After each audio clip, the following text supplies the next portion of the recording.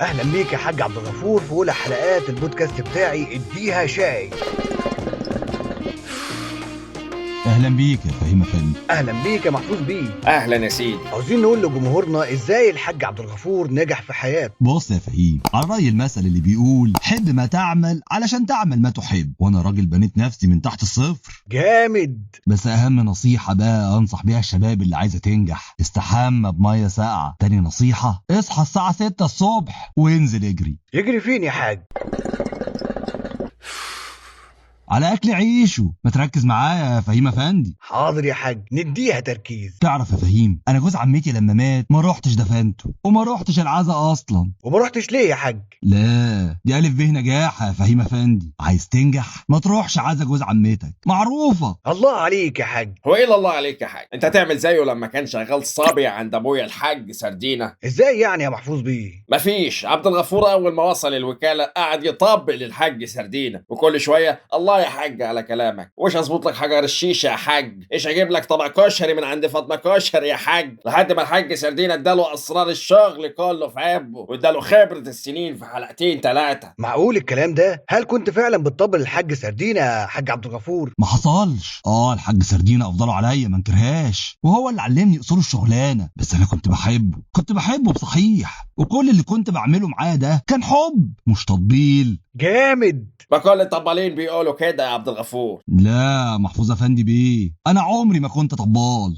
عمرك ما كنت طبال؟ ايه ده؟ الحاج سردينة كان كل ما يطلع منه صوت كنت بتقول الله عليك يا حاج من غير حتى ما تفهم بيقول ايه. ده مره الحاج سردينة عمل بومبا قلت له الله عليك يا حاج. لا محفوظ بيه، بس دي ما كانتش اي بومبا، دي كانت حاجه معتبره. واو. وبعدين انت طول عمرك وصولي يا عبد الغفور. لا عمري ما كنت الكلمة اللي انت بتقولها دي. وعلى العموم نشاهد الناس بينا. فاكر لما كنت مزنوق في مزاد وجيت لي تطلب مني ان انا ادخل معاك واشاركك فيه، وقفت جنبك ولا لا؟ جامد. هو ايه اللي كل شويه جامد واو انت كمان؟ يا محفوظ بيه، هي شغلانة البودكاست كده، انت ما بتشوفش بودكاست ولا ايه؟ جامد. ماشي يا سيدي، مش هنكر انك وقفت معايا، بس انت برضه ليك حركات كده عجيبه يا جدع. مش عايز اتكلم بقى. ده انت تاريك شايل في كرشك ومعبي. بص يا محفوظ، انا بعمل بكل نصايح الاستاذ صلاح ابو المجد في شغلي. هي ما جابتش نتيجه، بس انا بعمل بيها. فلو شايف اني مش عاجبك في حاجه روح كلمه هو بقى، ما تجيش تكلمني انا. جامد.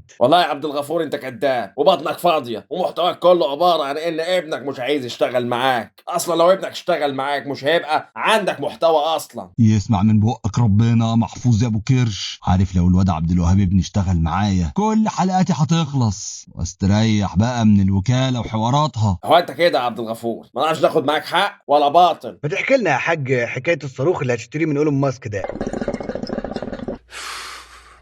مفيش. الولا ايلون ماسك ده كان عنده صاروخ انفجر في وشه قبل ما يطلع الفضاء. فانا لما عرفت منك وانت بتقرا لي الواشنطن بوست زي كل يوم الصبح، خليت الولا خضير يبعت له ايميل ويقول له اننا هنشتري منه الصاروخ، والمره خليته يعمل لي العلامه الزرقاء على تويتر. الله يرحم يا عبد الغفور لما ما كانش عندك حاجه زرقاء في حياتك غير جلابيتك المقطعه، وبعدين اسمه اكس دلوقتي. يو بقى انا مش مكمل البودكاست ده. اقفل يا ابني. وانت يا محفوظ خد في كرشك بقى. خد.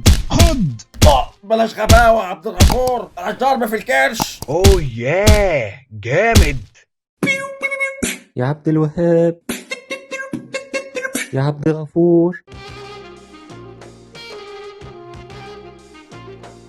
ايه يا ابني الصوت ده؟ لو عندك غازات ادخل الحمام، مش ناقصه دهان الحيطان يقع، انا لسه دهنها. لا يا حاج، انا بجرب اعمل بيتس عشان هغني راب. لا حول ولا قوه الا بالله. راب ايه بس يا ابني؟ عادي يا حاج، عايز ابقى رابر زي ابو يوسف وويجز. لا يا ابني بلاش القار ده، احنا مش قده، احنا مش حمل حد يدسنا. لا ما تخافش يا حاج، محدش هيدسنا، انا اللي هدسهم واشتهر. وعلينا بايه ده كله يا ابني؟ ما تنزل معايا الوكاله واشتغل معايا وحاسبك تدس فهيم افندي ومحفوظ ابو كرش كل يوم حد. وكاله لا وكاله لا.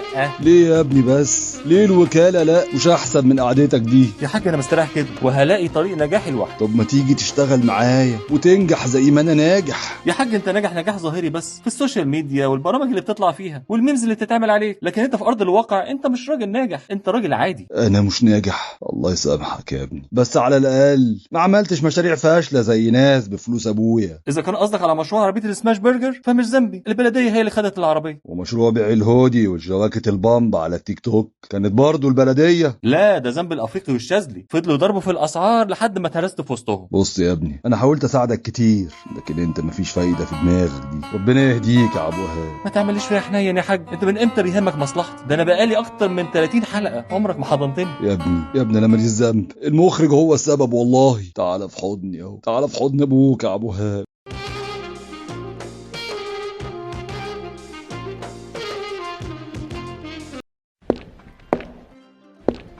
السلام عليكم. وعليكم السلام ورحمه الله وبركاته. اهلا شارك، معاكم عبد الوهاب عبد الغفور، كو فاوندر سي او في ابلكيشن بيكي. احنا طالبين 15 مليون جنيه مقابل حصه 10%. للي ما عرفناش، احنا ابلكيشن موبايل متخصص في شراء الخرده من المنازل. يعني مثلا اي حد عنده اي حاجه مش بيستخدمها يبعت لنا واحنا نبعت له مندوب ياخدها منه، وبنعوضه اننا بنديله حاجه قصادها هدايا بيختارها بنفسه من الابلكيشن. قول لنا يا عبد الوهاب، مين المناديب اللي انت هتبعتها تاخد الخرده من الناس؟ عندنا مجموعه مناديب تم تدريبهم على اعلى مستوى في شوارع مصر، وهم بينادوا بيكيا بيكيا من الساعه 7 الصبح يوميا. المناديب عندنا كلهم اسمهم مدني، وبناديهم بارقام جنب اسمه، يعني مدني 1 مدني 2 ومدني 3 وهكذا. ممكن تقول لنا يا عبد الوهاب جات لك الفكره ازاي؟ مفيش، انا بشوف ان في ناس كتير اشتغلت في الخردة وعملت ثروات وعمارات ومسلسلات، فقلت ليه لا ما اعمل زيهم بس بطريقه مبتكره شويه. جامد. احنا مش في بودكاست هنا فهيم افندي. ايوه صح، معلش بس صحيح ما تاخذنيش يا عبد الوهاب يا ابني، انت ليه محتاج المبلغ ده؟ احنا في ابلكيشن بيكا محتاجين مخازن اكبر ومحتاجين وسائل نقل عشان نتوسع. وانت فين المخزن بتاعكوا ده ان شاء الله؟ في اوضتي يا حاج. اللي هي في بيتي يعني. لو سمحت يا حاج ما تدخلش الشغل في الامور العائليه. بص يا عبد الوهاب، انا هعرض عليك اوفر ما عرضتوش على ابراهيم ابني. ايوه عشان كنت خايف من لولا مراتك التانية. انا هدفع 10 مليون مقابل 20%. اسف يا محفوظ بيه، انا طالب 15 مليون مقابل 10%. ما تنساش يا عبد الوهاب ان انا شغال في الخردة وعندي خبرة، غير ان انا هساعدك بالمخازن وعربيات النقل. وافق بقى، ما تبقاش غتت زي ابوك. جدع ابو وهاب، طالع دماغه ناشفه زي ابوه. بص يا ابني، انا هعرض عليك 5 مليون قصاد بتاع الموبايل بتاعك ده كله. اسف يا حاج، انا عرضي واضح، 15 مليون مقابل 10%. شوف الواد. ما الواد مش عايز يشتغل معاك يا عبد الغفور من اول المسلسل. افهم بقى. بص يا عبد الوهاب، انا خلاص موافق على 15 مليون مقابل 20%. ها قلت ايه؟ اما انت صحيح راجل بكرش. طب عليا ب15 مليون ونص. اهدى يا حاج، سكنت ليه؟ ده مش مزاد. اسكت انت يا فهيم افندي، انا عارف بعمل ايه. طب عليا ب16 مليون. روح لمحفوظ ابو كرش ده وعرقه بكام باكو عشان يسيب لي المزاد. وعلى راي المثل، روح اولى بلحم طوره. يا حاج ما ينفعش، احنا على الهوا. بلا هوا بلا بحر بقى، يلا روح اسمع الكلام بدل ما هخلي نفيسه تعلقك في البيت. لا لا لا، على ايه؟ حاضر هروح له.